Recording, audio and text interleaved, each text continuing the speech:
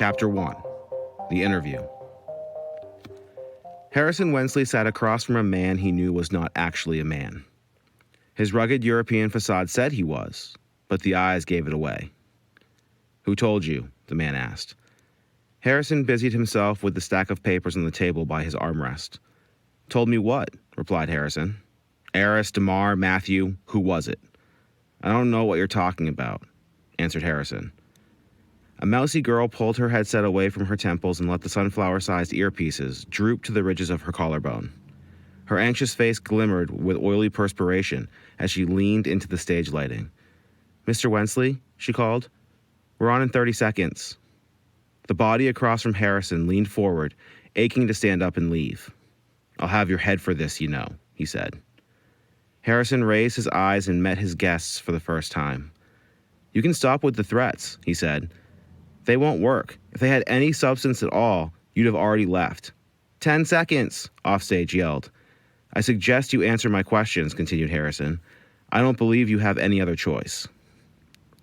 A series of lights snapped into action, but Harrison, being a man of the camera, remained unaffected by their obnoxious glow, unlike his guest, who squinted painfully to shield his eyes. In 3, 2, 1, action. Harrison leveled his eyes to the lens at his 2 o'clock and smiled as professionally as he could muster. He envisioned, as he always did, a million viewers staring back at him with fateful, attentive eyes. "Good evening, America, and welcome to a special installment of Your News Tonight."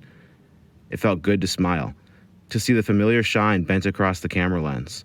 He relaxed, leaned back into his armchair, and crossed his right leg over his left. Tonight is truly historic. What we are about to do here is nothing short of extraordinary. I am proud to join you on this walk into our future. Clipboards bundled into the chests of the nervous off-camera crew, watching from backstage. Anxious energy riddled their shoulder blades and stiffened neck muscles across the board. This man, the camera panned from Harrison to the second armchair situated opposite him, connected to Harrison by a coffee table holding 2 crystalline glasses of water, is Jarvis Kranz, CEO of Tetra Consolidated, one of the world's leading distributors of 21st century space-grade metalloid fuels. It's the stuff that has taken credit, and rightfully so, for sending humanity into the habitable worlds of our galaxy. Welcome, Mr. Kranz.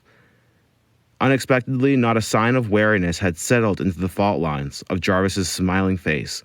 He appeared calm, even refreshed. A spasm of doubt crept into Harrison's chest. There's nothing this man hasn't seen, is there? He thought. Jarvis noticed the flicker in Harrison's eyes and let it fuel his first words with a haughty smile.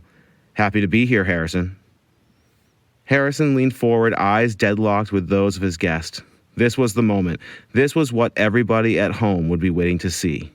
A reaction. "Shall we get started?" Harrison asked.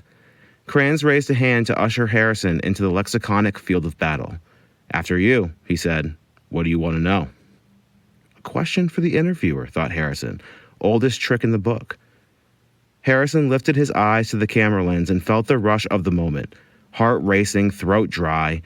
There would never be another chance for something so explosive as this. It was time to go to work. "Let's start," he said, "by telling us your real name."